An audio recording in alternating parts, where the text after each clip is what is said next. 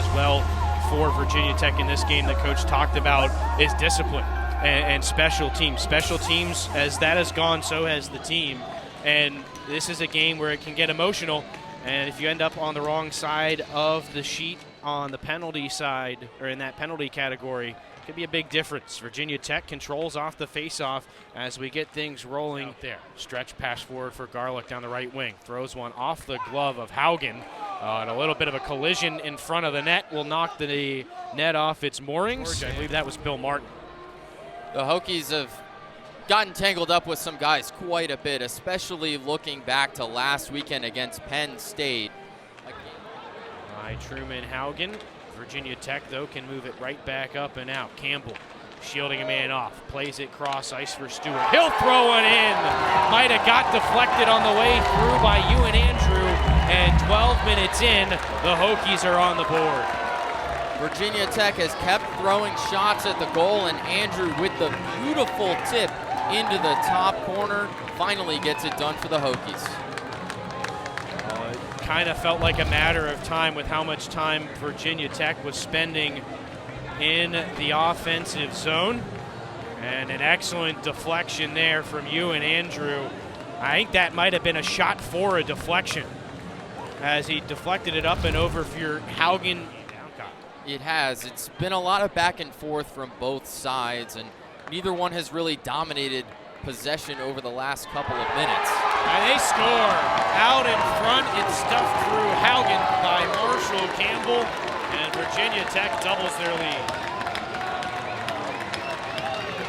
The Hokies doing the dirty work in front of the net, just being there for the rebounds from Haugen. That's been the difference maker in this game. Get another look at it here. The Hokies able to find a man open in front. And that's one of the fundamentals that they try and really hammer home, coaches. And it's Graham Baird skating it up. Headmans for Punzenberger, back to Baird, backhand pass in the middle, a floater swatted at, and the Dogs couldn't direct it on goal one last time, but a miscue, and one final chance here for Georgia. At the end, they score! A miscue, and with 3 seconds to go, the Ice Dawgs have life in the first period. What a momentum shifter for Georgia. You put one in the back of the net right at the end of the period. Or on the finish, it was just a miscue at the Virginia Tech blue line. Sneak it past Forrest, but it's knocked away. Centering pass there to Ryan Bailey, had it taken away. And we've got another whistle out on the ice. Going right back to the penalty kill. Side, Peduzzi now at the point, lets it fly. It's wide right. Virginia Tech recovers just behind the net, trying to stuff it home. Georgia now across the red line. They take it into the zone. It's Brandon Ing looking for the opportunity. Gets it back out to Dylan Punzenberger, who jams it home.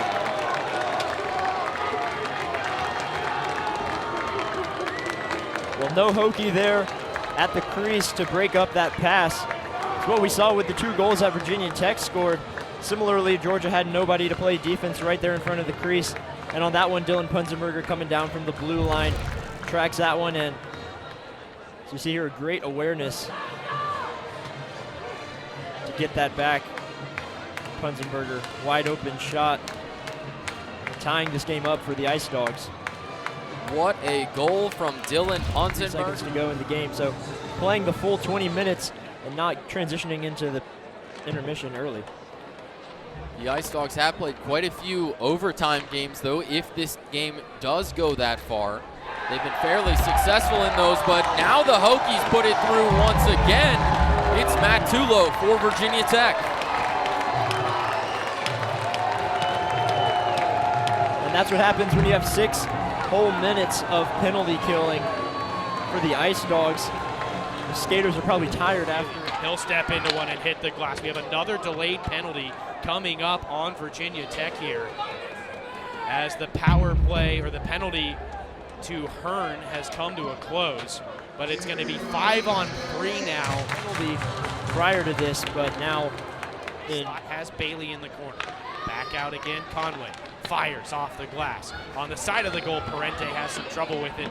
Lots of water down there. You can see it skittering off the puck. Another try. They score on the power play, and Georgia ties it. It's Conway.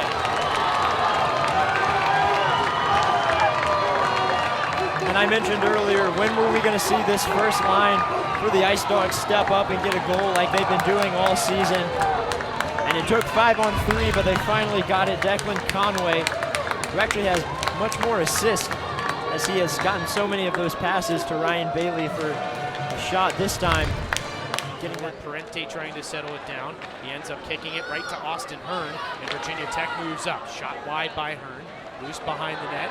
Ice Dawgs are both there. We got some players tangled up in front of the Virginia. Into it here late, Ren. There's been a few aggressive plays, as you see on your screen right there. I think if you're the Hokies, maybe one chance left. Peduzzi fires just wide from point-blank range. Virginia Tech still with control. Oh, it's deflected just wide, and again Peduzzi with a chance as the clock runs out.